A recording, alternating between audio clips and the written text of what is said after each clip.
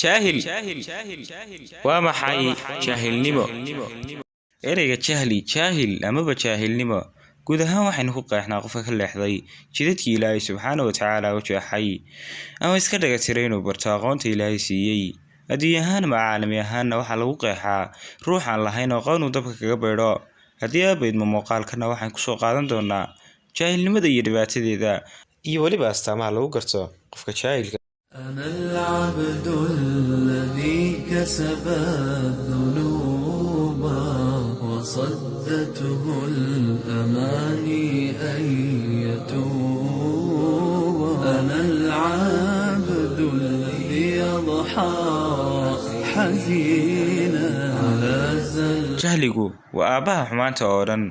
oo xumaanta uu ku noqdaa ama hogaamiye u noqdaana weligeed daba ma yeelato oo qofka jaahilka ay wax kasto la qumanaada wanaag ayuu yaqaanaa بسم الله الرحمن الرحيم القارعة ما القارعة يوم يكون الناس كالفراش البثوث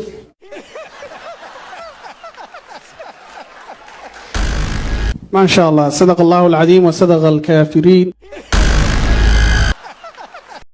subxaan allah muuqaalka halkaaga muuqda maaha wax lagu qoslo ama laga maadaysto ee waxyaalaha naxdinta leh jaahilnimadu sababta u tahay waxa wax laga murugooda in halkan ragga kaaga muuqday ay si fudud u qaldayaan kalaamka Ilaahay iyadoo ay wada ognahay in dadka qaarkii u arkayaan wax laga maadaysto taasina waxay qayb weyn ka tahay sababaha uu barnaamijku ku qotomo ka hadalkooda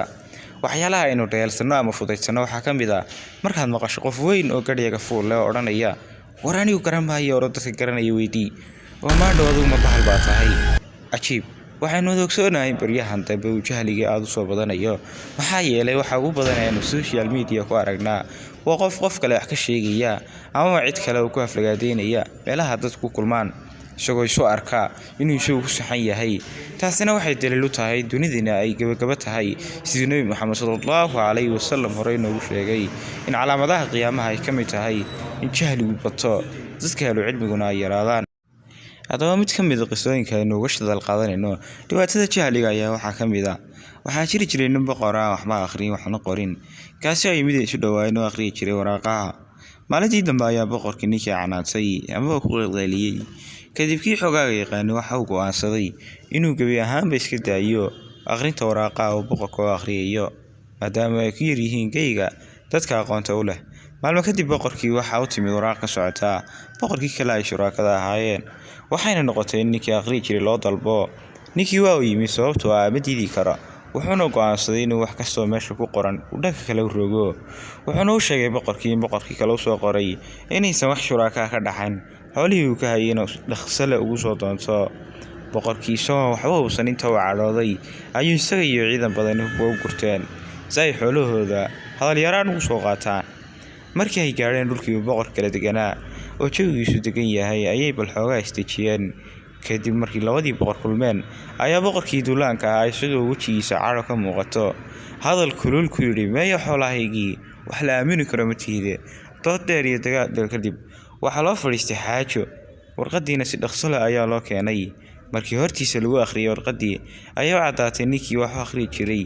waxaasoo dhan ka dambeeyey halkaasina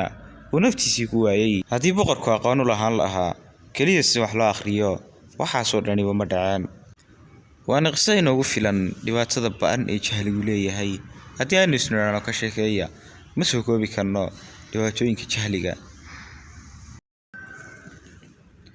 waxayna daliil u tahay in baryahan dambe dad aan aqoon lahayn in bulshada hogaamiyayaal u yihiin haddaba dhammaanteen aynu howlgalno sidii jahligu ummadda uga yaraan lahaa inagoo adeegsanaynaa faafinta khayrka iyo marba sidii bulshadu wax u qaadan lahaayeen ama wax ku baran lahaayeen ilaahayna subxaanahu wa tacaala waxaanu weydiisanaynaa inuu naga yeelo kuwa cilmi naaficaanta wassalaamu calaykum waraxmatullaahi wabarakaatuh